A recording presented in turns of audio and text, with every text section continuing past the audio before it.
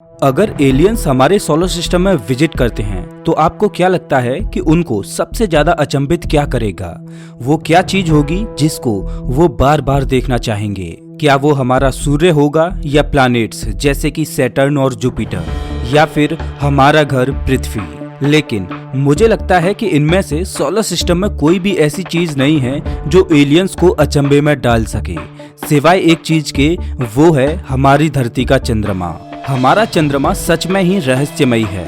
इंसान चांद पर पहुंच जरूर गए हैं, लेकिन इसका रहस्य अभी भी अनसुलझा ही लगता है। अगर हमारे सोलर सिस्टम के अन्य ग्रहों के चंद्रमाओं की बात करें और पृथ्वी के चंद्रमा की बात करें तो पृथ्वी का चंद्रमा सबसे अलग है। पृथ्वी का चंद्रमा एक प्लैनेट के सापेक्ष में बहुत बड़ा है। मतलब सोलर सिस्टम में अन्य ग्रहों के जो चंद्रमा हैं वो उस ग्रह के मुकाबले बहुत छोटे हैं, चाहे वो मंगल के चंद्रमा हो, जुपिटर के या फिर सैटर्न इत्यादि के। पृथ्वी के चंद्रमा का साइज इतना बड़ा है कि ऐसा लगता है कि पृथ्वी और चंद्रमा दोनों बाइनरी प्लैनेट्स हों जो कुछ डिग्री पर एक दूसरे के ऑर्बिट में घूमते हों। हमारा प्लैनेट साइज चंद्रमा पूरे सोलर सिस्टम में यूनिक है, जो हमारी एक देवता की तरह रक्षा करता है। इसकी तीव्र ग्रेविटी से समुद्रों में ज्वार भाटे आते हैं जो समुद्री जीवन को श्वासें देते हैं।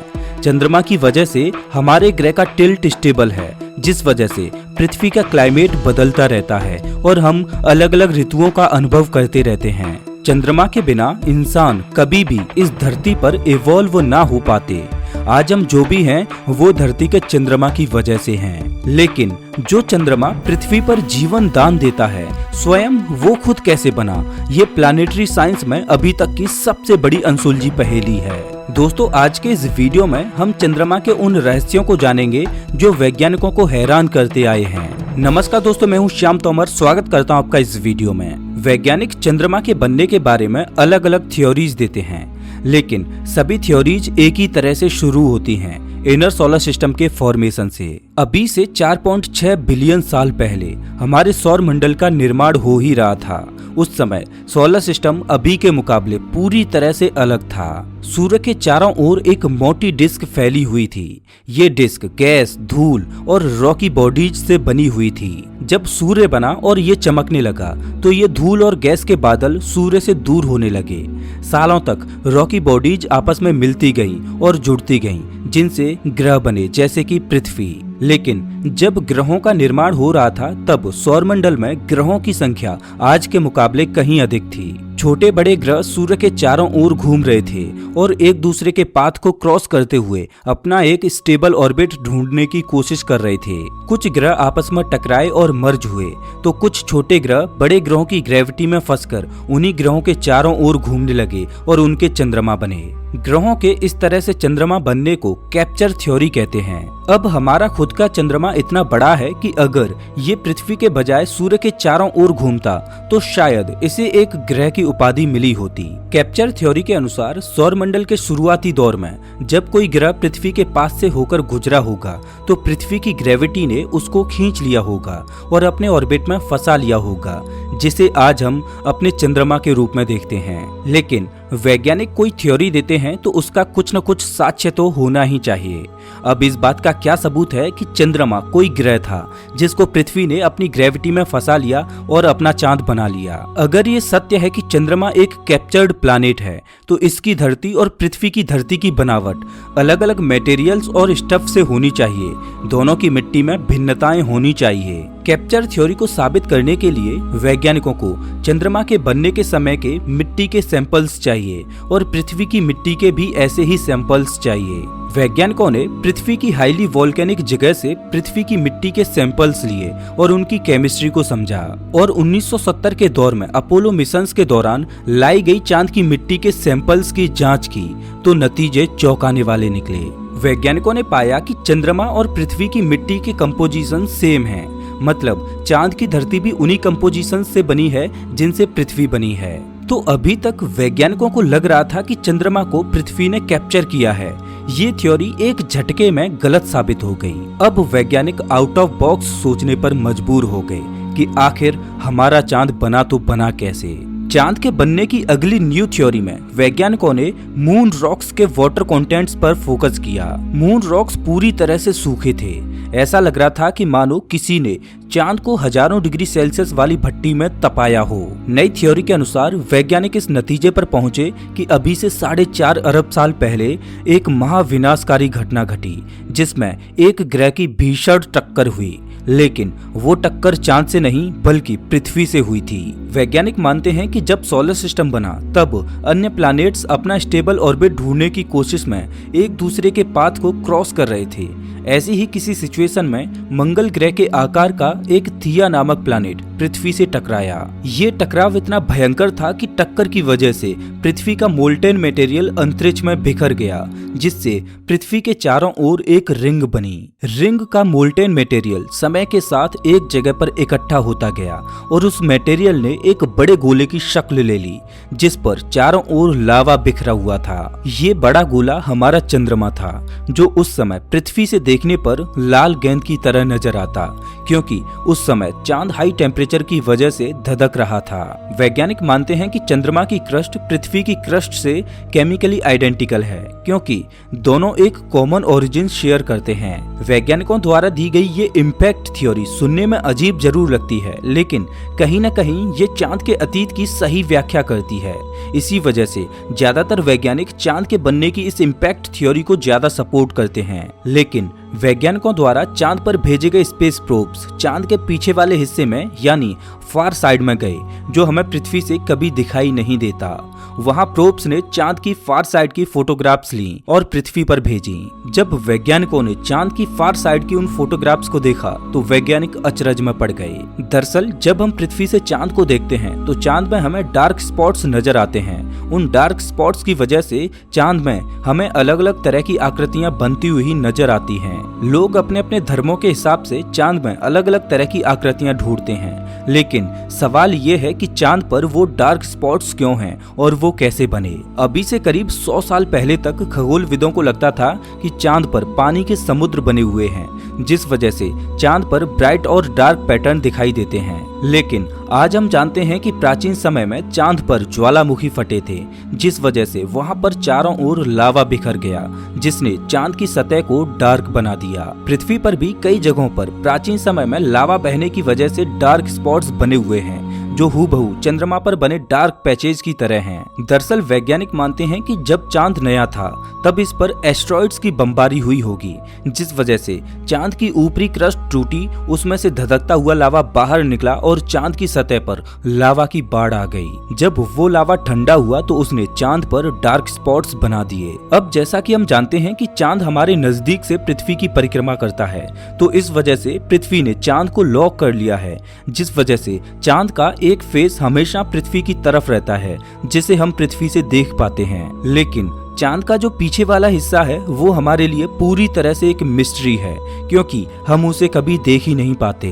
साल 1959 में सोवियत स्पेसक्राफ्ट लूना 3 फ्लाई करते हुए जब चांद के फार साइड वाले हिस्से में पीछे की ओर गया तो वैज्ञानिकों को लगा कि चांद का पीछे का हिस्सा भी कुछ इसी तरह का दिखाई देगा जैसा कि फ्रंट वाला हिस्सा दिखाई देता है। लेकिन जब चांद के पीछे वाले हिस्से की तस्वीरें सामने आईं तो सब हैरान रह गए। आप भी अपनी स्क्रीन पर चांद के फ्रंट और बैक साइड की तस्वीरें देख सकते हो, जो देखने में बिल्कुल ही अलग लगती हैं। चांद की बैक साइड की तस्वीर को देखकर ऐसा लगता है कि मानो ये कोई एलियन प्लैनेट है, हमारा चंद्रमा तो है ही नहीं। इतनी भिन्नता है चांद के फ्रंट और बैक साइड में। चांद की फार साइड में भी बड़े बड़े गड्ढे तो दिखाई देते हैं, जैसे कि फ्रंट साइड में हैं, जो एस्ट्रॉइड्स के टकराव की वजह से बने हैं। लेकिन चांद के फार साइड वाले हिस्से में कोई लावा बाहर नहीं निकला, जिस वजह से चांद की फार साइड वाली जमीन पर ब्लैक स्पॉट्स नहीं बने। लेकिन ऐसा कैसे संभव है? जब चांद बना था तब इसकी क्रस्ट तो एक समान ही बनी थी, तो आज चांद के दोनों हिस्सों में इतनी भिन्नता क्यों? हाल ही में नासा द्वारा किए गए मून मिशन से ये कंफर्म हुआ कि चांद की पीछे वाली क्रस्ट आगे वाली क्रस्ट से 30 मील ज्यादा मोटी है। यही कारण रहा होगा कि आगे की क्रस्ट पतली होने की वजह से एस्ट्रॉइड्स के इम्पैक्ट से टूट गई, जिसमें से लावा बाहर निकल आया। लेकिन पीछे वाली क्रस्ट के मोटे होने की वजह से एस्ट्रॉइड्स के इम्पैक्ट का असर इतना नहीं हो पाया कि वो पीछे वाली क्रस्ट को तोड़ पाते और लावा बाहर निकल पाता।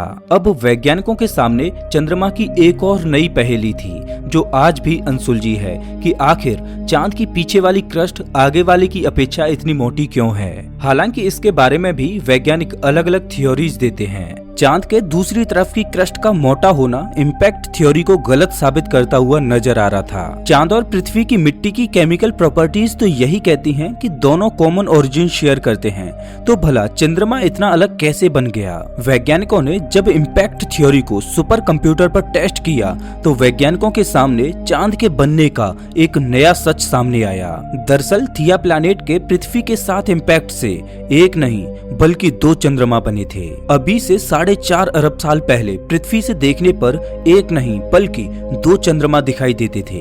एक चंद्रमा आकार में थोड़ा बड़ा था तो दूसरा आकार में थोड़ा छोटा। छोटा वाला चंद्रमा बड़े वाले चंद्रमा को चेज कर रहा था और समय के साथ धीरे धीरे बड़े चंद्रमा के करीब आता जा रहा था और एक दिन ऐसा आया कि दोनों चंद्रमा एक दूसरे में मर्ज हो गए। छोटा वाला चंद्रमा बड़े वाले चंद्रमा के फार साइड यानी पीछे वाले हिस्से में टकराकर उसी में विलीन हो गया, जिससे चंद्रमा का आकार भी बड़ा हुआ और चंद्रमा के पीछे वाली साइड मोटी हो गई। अब क्योंकि छोटा चंद्रमा बड़े चंद्रमा से आमने सामने से नहीं टकराया था बल्कि बड़े चंद्रमा को चेज करते हुए छोटा चंद्रमा उसमें समाया था, तो इस इम्पैक्ट से कोई भी मटेरियल उछलकर अंतरिक्ष में नहीं बिखरा। हालांकि इस बात का कोई ठोस प्रमाण तो नहीं है कि कभी पृथ्वी के 2 चंद्रमा हुआ करते थे, लेकिन इसका सबूत केवल सुपर कंप्यूटर्स द्वारा बनाई गई सिमुलेशन से मिलता है। इसी वजह से इस थ्योरी से सभी एस्ट्रोनॉमर्स सहमत नहीं थे।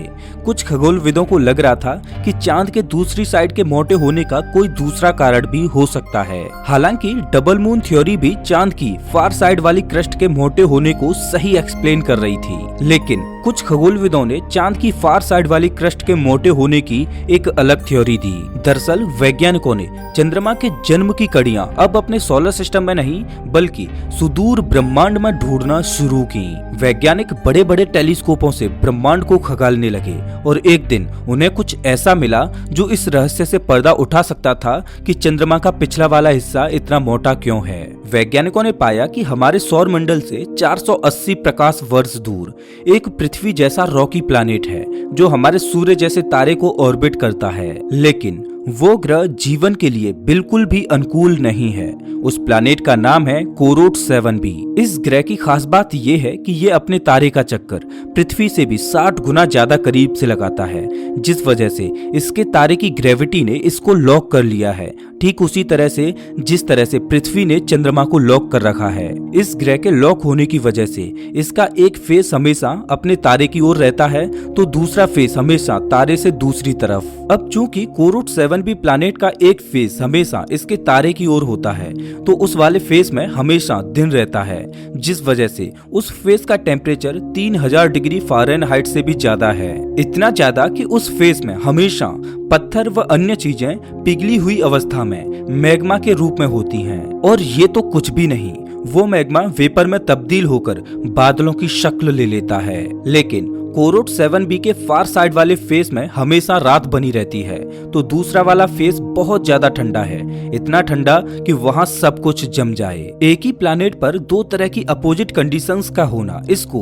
दूसरे ग्रहों से भिन्न बनाता है। खैर, जब स्टार साइडेड वाले फेस में मैग्मा के बादल बनते हैं तो वो बादल प्लैनेट के फार साइड वाले हिस्से में चले जाते हैं। अब चूंकि फार साइड वाला हिस्सा बहुत ठंडा है तो उधर पहुंचकर मैग्मा के बादल भी ठंडे होने लगते हैं और मैग्मा की बारिश होने लगती है। और कभी कभी तो सरफेस पर पहुंचने से पहले ही मैग्मा पूरी तरह से जमकर पत्थर बन जाता है तो वहां कभी कभी पत्थरों की भी बारिश होती है, ठीक वैसे ही जैसे कभी कभी पृथ्वी पर ओलों की बारिश होती है। कोरोट 7b के इस रवैये की वजह से इसकी फार साइड वाली क्रस्ट नियर साइड वाली क्रस्ट से ज्यादा मोटी है। अब वैज्ञानिकों को लगा कि कहीं न कहीं हमारे चंद्रमा की क्रस्ट भी कुछ इसी तरह से बनी होगी। वैज्ञानिक मानते हैं कि जब चंद्रमा बना था तब पृथ्वी भी आग की तरह धधक रही थी, तो हो सकता है कि पृथ्वी के गर्म माहौल की वजह से चंद्रमा के इनर साइड वाली क्रस्ट पिघलकर बादल बनकर फार साइड में चली गई हो और कोरोट 7b की ही तरह चांद के पीछे वाली क्रस्ट मोटी हो गई हो। हालांकि ये थ्योरी भी चांद के फार साइड वाली क्रस्ट के मोटे होने को सही एक्सप्लेन करती है। अब इन दोनों थ्योरीज में कौन सी थ्योरी सही है ये अभी तक एक मिस्ट्री है। अब चूंकि ब्रह्मांड में ऐसी घटना घट रही है, इस वजह से वैज्ञानिक दूसरी वाली थ्योरी को ज्यादा सपोर्ट करते हैं जो कि कोरोट 7b प्लैनेट से इंस्पायर्ड है। हम बड़े ही सौभाग्यशाली हैं कि आज पृथ्वी का सरफेस बहुत ठंडा है, जितना हमें चाहिए। लेकिन पृथ्वी की कोर में रेडियो एक्टिव डिके की वजह से धातुएं पिघली हुई अवस्था में हैं, जिस वजह से पृथ्वी की कोर का टेम्परेचर बहुत ज्यादा है। पृथ्वी की कोर के हाई टेम्परेचर की वजह से ही पृथ्वी पर वॉल्केनिक इरप्शन होते हैं और हम पृथ्वी पर जगह जगह पर जियोलॉजिकल एक्टिविटीज देखते रहते हैं। पृथ्वी की कोर के इसी रवैये की वजह से पृथ्वी के सरफेस पर कहीं पर नई पर्वतमालाएं बनती हैं तो कहीं पर खाड़ियां बनती हैं। ऊपरी क्रस्ट नीचे जाती है, जहां पर पृथ्वी की कोर क्रस्ट को पिघला देती है और पर्वतमालाओं और ज्वालामुखी के द्वारा लावा के रूप में पुरानी क्रस्ट फिर से ऊपर आ जाती है। और पृथ्वी पर ऐसा सदियों से होता आ रहा है। इस वजह से पृथ्वी की क्रस्ट हमेशा बदलती रहती है और नई होती रहती है, और ऐसा होना जरूरी भी है, क्योंकि ऐसा होने से पृथ्वी के सरफेस पर वो मिनरल्स पहुंचते हैं जो जीवन के लिए जरूरी हैं। और इस तरह की जियोलॉजिकल एक्टिविटीज ये दर्शाती हैं कि प्लैनेट अभी जिंदा है। लेकिन वैज्ञानिक मानते हैं कि चंद्रमा के पास पृथ्वी की तरह कोई रेडियो एक्टिव कोर नहीं है। उनको लगता है कि चंद्रमा की कोर एकदम ठंडी और जमी हुई अवस्था में है, जिस वजह से चंद्रमा की जियोलॉजी मर चुकी है। लेकिन चांद पर कभी कभी ऐसी घटनाएं घट जाती हैं जो वैज्ञानिकों को दोबारा सोचने पर मजबूर कर देती हैं और उनकी सोच को ही बदल देती हैं। पिछले 100 सालों में वैज्ञानिकों ने चांद पर अजीब तरह के लाइट बर्स्ट होते हुए देखे हैं, जो अलग अलग रंगों के दिखाई देते हैं। जब चांद पर अपोलो 11 मिशन किया जा रहा था, तब नील आर्मस्ट्रांग ने लैंडर की विंडो से देखा कि चांद पर एक जगह एक स्पॉट आसपास की धरती की अपेक्षा ज्यादा ग्लो करता हुआ नजर आ रहा है। और पिछले 50 सालों में वैज्ञानिकों ने चांद के एक पर्टिकुलर एरिया में 700 से भी ज्यादा बार एक चमकीली रोशनी को देखा है। कुछ लोग चांद पर हो रहे इस तरह के फिनोमिना को एलियंस की एक्टिविटीज मानते हैं और कहते हैं कि चांद पर एलियंस आते जाते रहते हैं। लेकिन वैज्ञानिक चांद पर एलियंस की एक्टिविटीज को झुठला देते हैं। वैज्ञानिक मानते हैं कि चांद की जियोलॉजी मर चुकी है, लेकिन कहीं न कहीं उसमें श्वासें बाकी हैं। यही कारण है कि चांद पर कभी कभी जियोलॉजिकल एक्टिविटीज होती रहती हैं। वहां पर अभी भी वॉल्केनो फटते रहते हैं, जिनसे निकलने वाला धुआं सूर्य के प्रकाश से चमकने लगता है। चंद्रमा की मिस्ट्री यहीं खत्म नहीं होती।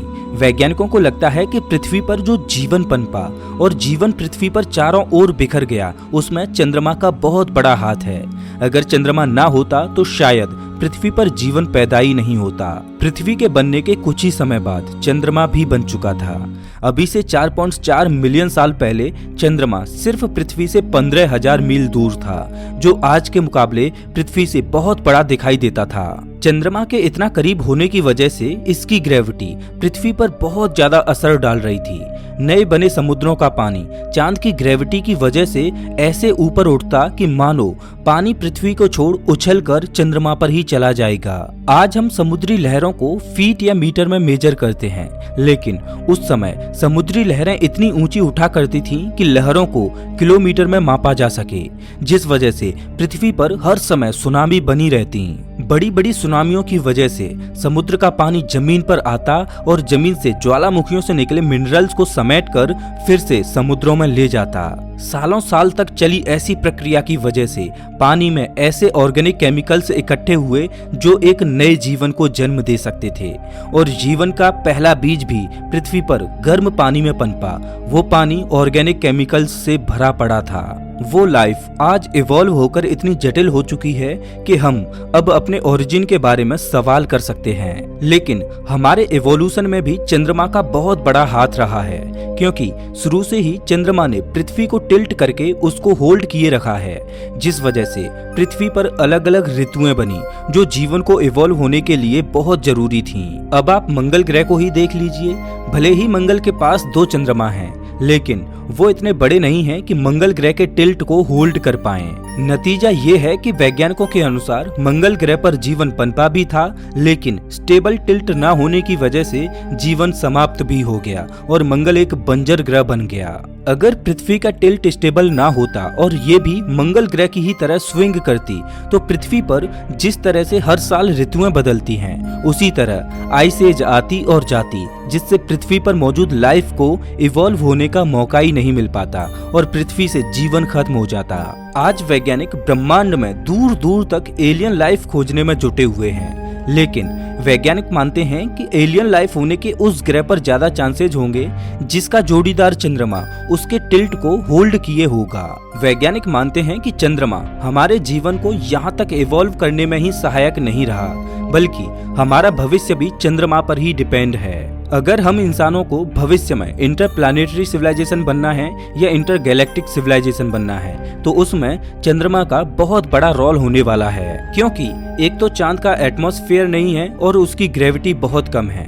इस वजह से किसी भी स्पेस फ्लाइट को लॉन्च करने में जितनी कठिनाइयां पृथ्वी से लॉन्च करने में होंगी उतनी ही सरलता से चंद्रमा से लॉन्च किया जा सकेगा। इसी वजह से वैज्ञानिकों का फोकस भविष्य में चंद्रमा पर लूनर बेस बनाने का है, जिसके अपने बहुत से फायदे होने वाले हैं। लेकिन चंद्रमा पर लूनर बेस बनाकर वहां पर रहना इतना भी आसान नहीं रहने वाला, क्योंकि चांद पर इसका मैग्नेटिक फील्ड नहीं है, तो सूर्य से निकलने वाले चार्ज पार्टिकल्स और सोलर विंड्स का खतरा हमेशा बना रहेगा, जिससे एस्ट्रोनॉट्स का वहां पर सरवाइव करना आसान नहीं रहने वाला। और जैसा कि चंद्रमा का एटमॉस्फेयर भी नहीं है, तो वहां पर स्पेस रॉक्स जैसे कि एस्ट्रॉइड्स या कॉमेट्स आकर टकराएंगे, वो भी जानलेवा साबित होंगे।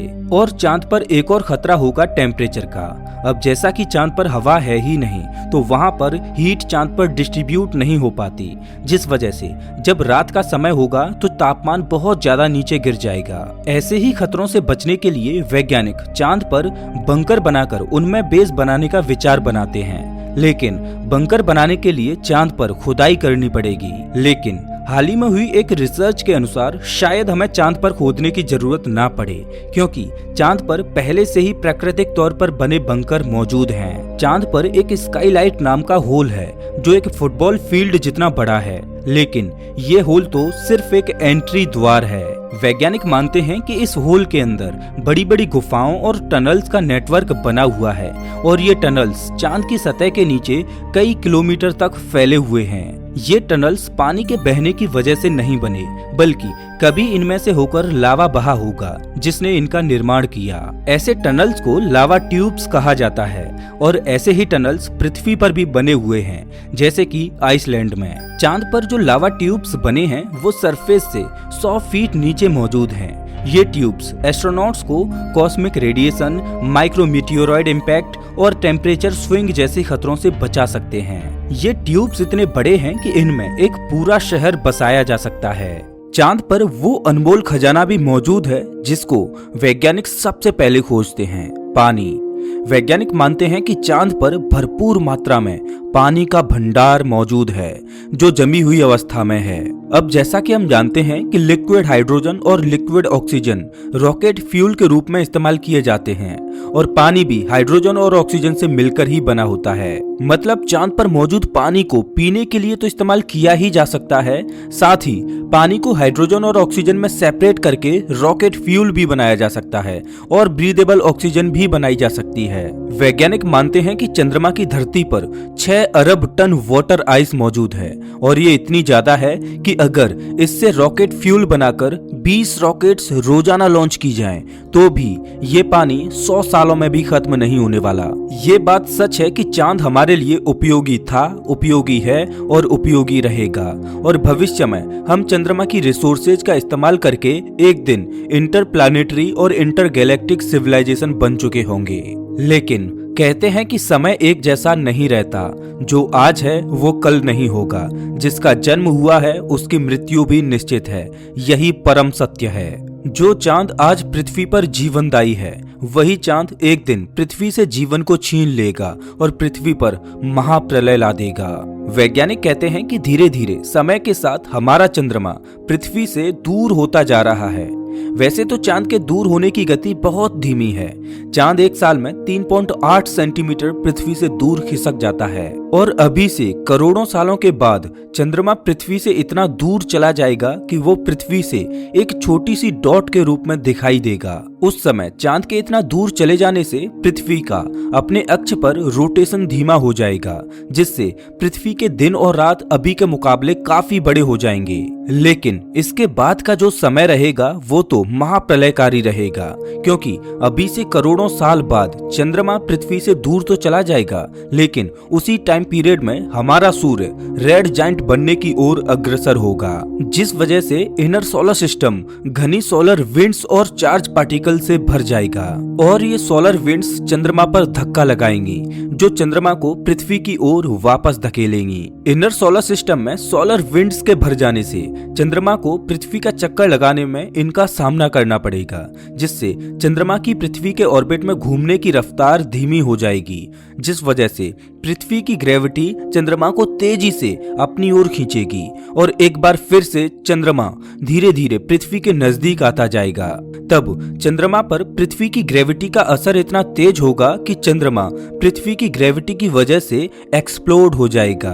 एक्सप्लोड होने के बाद चंद्रमा का जो मलबा होगा वो पृथ्वी के चारों ओर फैल जाएगा, जिससे पृथ्वी के चारों ओर शनि ग्रह की तरह एक रिंग बन जाएगी। इस रिंग को पृथ्वी से भी देखा जा सकेगा, जो देखने में तो एक खूबसूरत दृश्य होगा, लेकिन ये रिंग पृथ्वी को तबाह कर देगी, क्योंकि रिंग में जो पत्थर मौजूद होंगे वो पृथ्वी पर बरसने लगेंगे। पूरा आसमान इन पत्थरों की बारिश से भर जाएगा। जब ये पत्थर पृथ्वी से टकराएंगे तब पृथ्वी पर महाविनाश की घटना होगी। कभी पृथ्वी के ही गर्भ से जन्मा चंद्रमा फिर से पृथ्वी में ही समा जाएगा। जिस हिसाब से पृथ्वी पर जीवन लीला शुरू हुई थी, उसी तरह इस पर जीवन लीला समाप्त हो जाएगी। जिस चंद्रमा ने पृथ्वी पर जीवन दिया, वही चंद्रमा पृथ्वी से जीवन को छीन लेगा। सुनने में ये दुखद और कड़वा जरूर लगता है, लेकिन कुदरत के खुद के नियम हैं जो अपने हिसाब से चलते हैं। प्रकृति में कहीं पर विनाश की घटना घटती है तो उसी समय में कहीं और सृजन की घटना भी घटती है।